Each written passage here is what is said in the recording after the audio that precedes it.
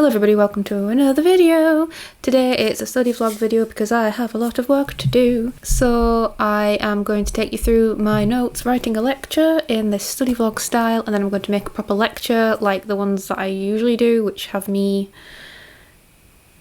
filmed properly, not just sat at my desk, which may or may not be my bed. One of the many things that I do is talk about theory, and I want to talk about exploring the avant garde. I want to explore the avant garde more, so I'll start basically and then get in more depth.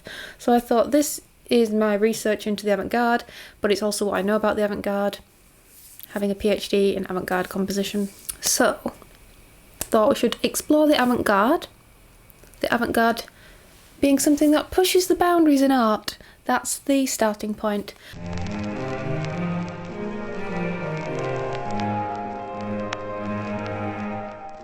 So today we're going to dive into the intriguing world of art and explore a movement that has challenged traditions and pushed boundaries for centuries. That's right, we're talking about the avant garde. But what exactly is the avant garde? Let's find out. How exciting!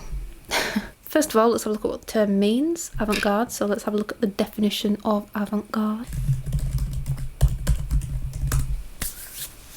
New and experimental ideas and methods in art, music or literature. It comes from the word avant-garde, which means advanced post. In other words, the garde is seen as advanced on the assumption that the rest will follow suit.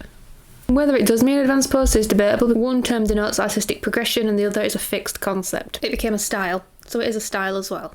We know it's a style, so that's what it means in a nutshell. Something new, something different. It pushes the boundaries of what we already know. It rejected the notion of art for art's sake. What is art for art's sake? Let's have a look at this. Art for art's sake. It's a French slogan from the latter half of the 19th century. It's a phrase that expresses the philosophy that true art is utterly independent of any and all social values and utilitarian function, be that didactic, moral or political. Right, so basically it doesn't want to be that artwork that's like art for it's the sake of being art. It says no, we have a purpose.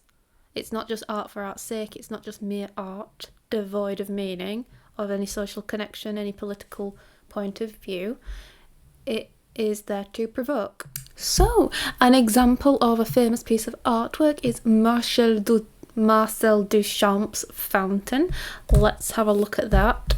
Marcel Duchamp's Fountain. Okay, here it is, the famous urinal. I didn't know it was called Fountain. Replica.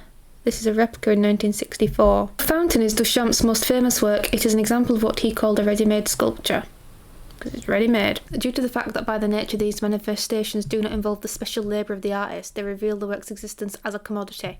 So he doesn't really even put work into it, he just buys a urinal and makes it. It's a commodity.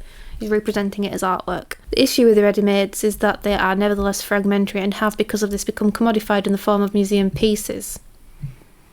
Okay, so he's taking something that's a commodity and putting it on show in a museum to say something maybe about what is on show in a museum, but also something about commodities in general. And then that itself becomes a commodity.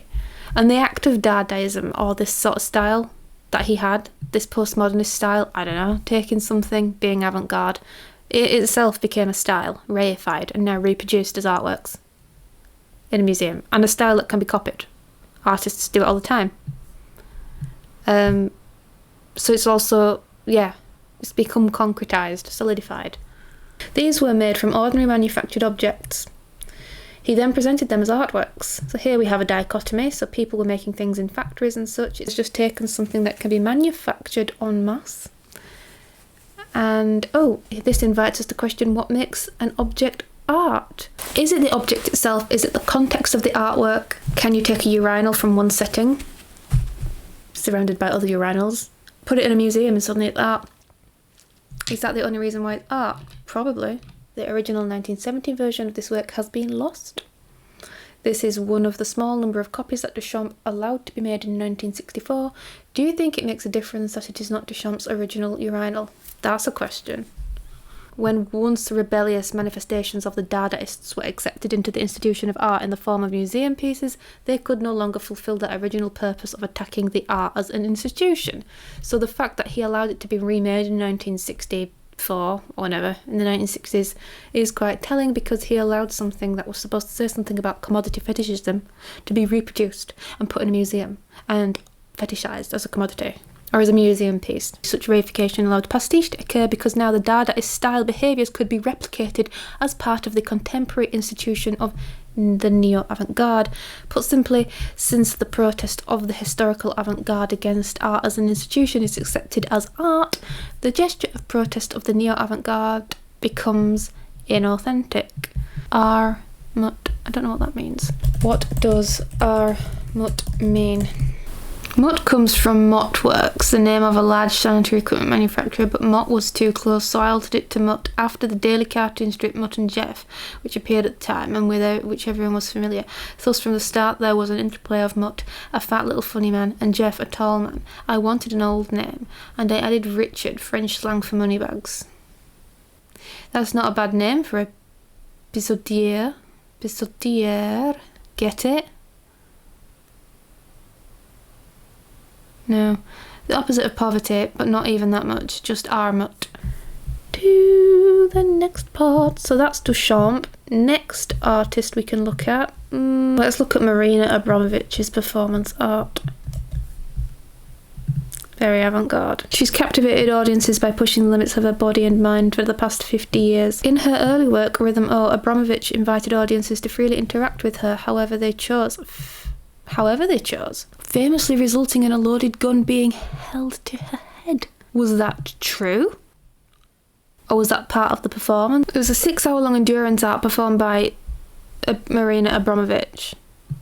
It involved her standing still while the audience was invited to do to her whatever they wished, using one of 72 objects she had placed on a table. These included a rose feather, perfume, honey, bread, grapes, wine, scissors, a scalpel, nails, a metal bar, a gun and a bullet. There were no separate stages. Abramović and the visitors stood in the same space, making it clear that the latter were part of the work. But they could have killed her. Her instructions were, there are 72 objects on the table that one can use on me as desired. Performance. I am the object. During this period, I take full responsibility. It pushed her body to the limits. What did they do?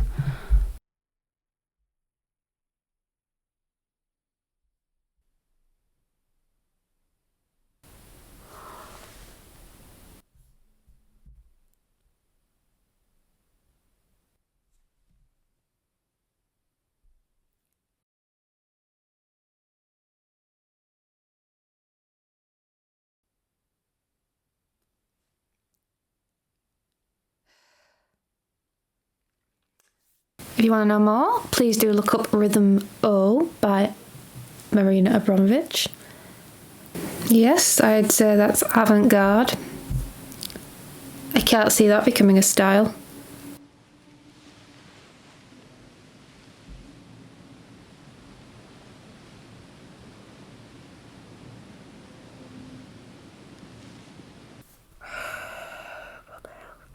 I don't even know what that is. That's like next level.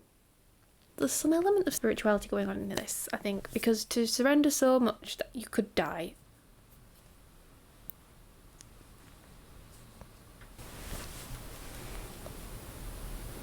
Like, were the audience a plan? Was it a plan? Was it all an act?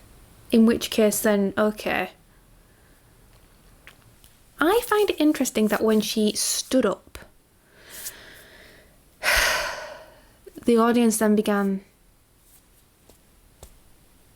to escape an actual confrontation.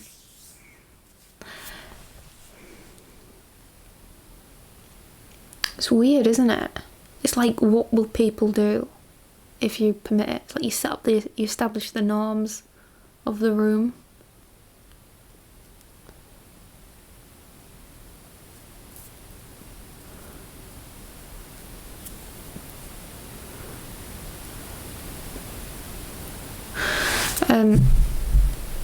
This is supposed to be an educational video and I'm stumped at this one.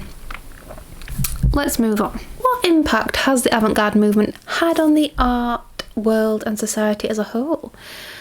Well, the avant-garde has played a crucial role in shaping the trajectory of art history, because every time you do something new, you move on to the next style. I think, you pioneer something, it becomes reified into a style. It forms new artistic movements to emerge, from Dadaism to Surrealism, and from abstract expressionism to postmodernism in the visual art world. The influence of the avant-garde can be seen across a wide range of artistic styles and movements. It's the same in music. You have serialism, and you have... what else do you have? Minimalism. And what else do you have? You know, the new complexity, new beginning with the C. But also, avant-garde work has not just influenced the trajectory of art itself, but also the society as a whole. For example, by questioning societal norms and sparking dialogue on pressing issues, avant-garde art has served as a catalyst for social change and cultural evolution. Well, I don't know about that. I don't know if it's changed society. But I guess it's highlighted issues. I mean, take the Abramović piece. It's highlighted a lot about human nature in that, I think. It's just a fascinating psychological study, especially it's when she gets up afterwards to walk to the audience. That is something else. I mean, see, the artwork for her it's supposed to be 6 hours long, but it could have had like life-lasting effects. I think there's there's an issue there. There's something I can't quite articulate going on here.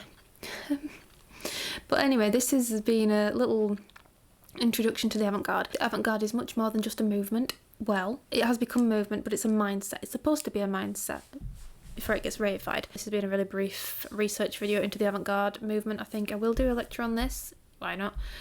And that's me with my research so far. Thank you for joining us on this journey. And I'll see you in the next video, where I'll talk about avant-garde music in more detail. Okay, so thank you. See you in the next video, which will start shortly for me, but not for you.